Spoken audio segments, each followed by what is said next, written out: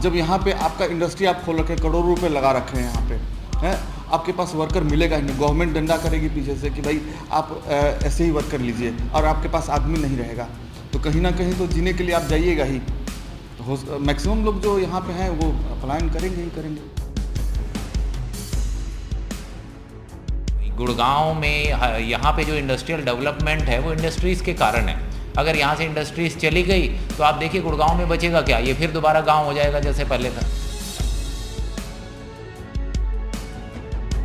इसके लिए, और ये अनकॉन्स्टिट्यूशनल है, ये बिल्कुल ही कानून नहीं चलेगा।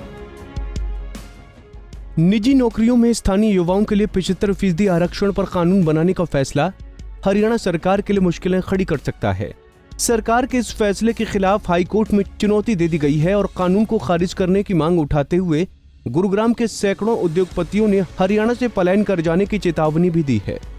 जी हां, गुरुग्राम इंडस्ट्रियल एसोसिएशन द्वारा कानून को खारिज करने के लिए कोर्ट में याचिका दायर की गई है, जिसके बाद एसोसिएशन से जुड़े करीब 340 उद्योगपतियों ने सरकार के खिलाफ मोर्चा खोल दिया है।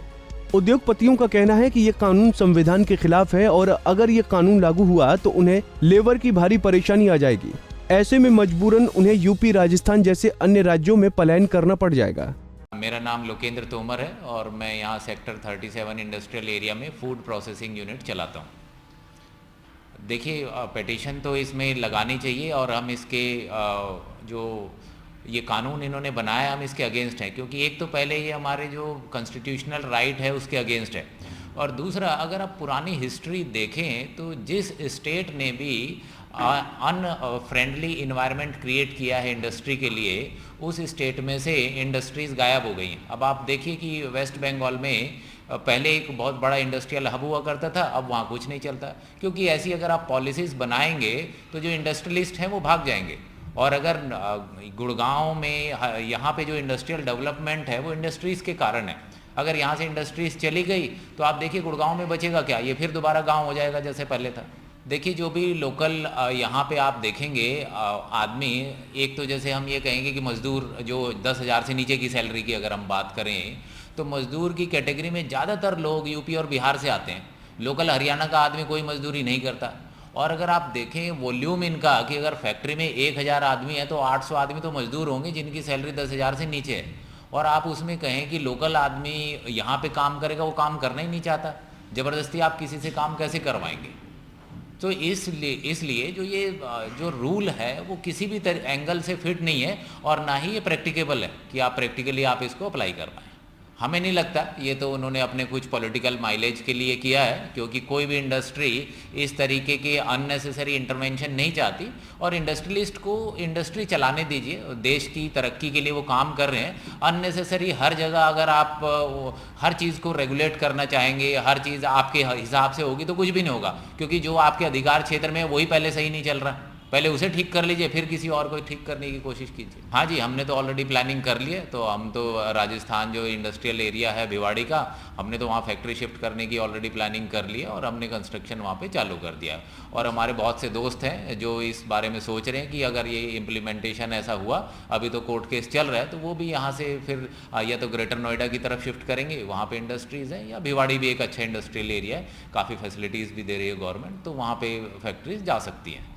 उद्योगपतियों का साफ तौर पर कहना है कि ये कानून राजनीतिक फायदे के उद्देश्य को देखकर लाया गया है, मगर इसका उद्योगों पर बहुत ही बुरा असर पड़ेगा। उन्होंने कहा कि निजी क्षेत्र की नौकरियां पूरी तरह से योग्यता व कौशल के आधार पर मिलती हैं। ऐसे में सरकार को ये जरूर ध्यान देना चाहिए कि आरक्षण योग्यता के आधार पर होना चाहिए, न कि राज्य व इलाके के आधार पर। 75% जो रिजर्वेशन दिया गया है यहाँ पे लेबर क्लासेस वगैरह के लिए, हमें लगता है कि अगर हर स्टेट में इस तरह से हो जाए तो फिर देश का तो कल्याण हो गया।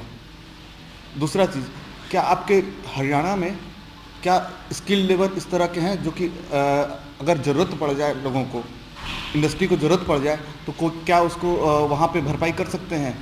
हमें लगता है कि बिहार, यूपी या वेस्ट बंगाल, इस सब एरिया के जितने भी वर्कर हैं जो कि खास करके गारमेंट से रिलेटेड हैं, वो लोग वहीं पे मिलते हैं। बाकी आपको इंडिया में देख लीजिए, जो कि दिल्ली बेस्ड इंडस्ट्री है, जितने भी सारे वहीं के वर्कर मिलेंगे आपको। हमें लगता है कि गवर्नमेंट को इस पर फिर से थिंक करना चाहिए, सोचना चाहिए कि कैसे इसको हम सॉल्व आउट करेंगे, नहीं तो बहुत इंडस्ट्री। ये विरोध बिल्कुल जायज़ है, क्योंकि इस तरीके से इंडस्ट्री नहीं चलती। आप इंडस्ट्री पे रोज़ाना हर 15 दिन में, हर 6 महीने के अंदर नया कानून लेके आके उस पर नई हम रेगुलेशंस ले आते हैं, हम उसके हिसाब से अपने आप को ढालने की कोशिश करते हैं, फिर आप नई रेगुलेशन ले आते हैं। इस तरीके से इंडस्ट्री काम नहीं करती। आपको काम करना चाहिए, गवर्नमेंट को ये होना चाहिए कि आपको एक एनवायरनमेंट क्रिएट कीजिए जिसमें इंडस्ट्री ग्रो करे। ये नहीं कि आप नई रेगुलेशंस ले आके बेफालतू में हमारे सर पे और बन नया भार डाल देते हैं हर 6 महीने के अंदर। अच्छा, कोरोना काल बिल्कुल होता है जी। ऐसे कानूनों से नुकसान ये है कि हमारी प्रोडक्टिविटी घट रही है, हम अपना एक्सपेंशन जिस तरीके से करना चाह रहे हैं हम नहीं कर सकते। मेरी कई लेबर एजेंसियों से बात हुई है जो लेबर सप्लाई करती है ऑन डिमांड, उनने हमें साफ क्लियर कर दिया है हरियाणा एरिया के लिए कि सर हम ऑन डिमांड लेबर नहीं दे सकते, क्योंकि लोकल लेबर हरियाणा की जो है अपनी जो बेसिक फैसिलिटी जो लेबर चाहिए होती है वो लेबर उन पर अवेलेबल है नहीं, और कह रहे सर बाहर की लेबर जो है वो अवेलेबल अब हम करवा नहीं सकते आपको कानून के हिसाब से। तो हमारे पे जब लेबर ही नहीं होगी, हमारा एक्सपेंशन हम कैसे। मजदूर की समस्या के अलावा इस कानून से औद्योगिक इकाइयों में दादागिरी और झगड़े बढ़ने की संभावनाएं भी जताई जा रही हैं। इंडस्ट्रियलिस्ट का कहना है कि जो घटना सालों पहले मारुति के प्लांट में घटी थी, इस कानून से ऐसी घटनाएं अन्य औद्योगिक इकाइयों में भी घट सकती हैं। ऐसे में सरकार को ये कानून रद्द करना चाहिए, नहीं तो मजबूरन इंडस्ट्री को यहाँ से पलायन करना पड़ेगा। गुरुग्राम से मोहित कुमार, पंजाब केसरी टीवी। हमसे जुड़े रहने के लिए हमारे YouTube चैनल को सब्सक्राइब करें और नई वीडियो की नोटिफिकेशन के लिए बेल आइकॉन को दबाएं। अगर आप ये वीडियो Facebook पर देख रहे हैं तो लाइक जरूर करें और ज्यादा से ज्यादा शेयर करें। धन्यवाद।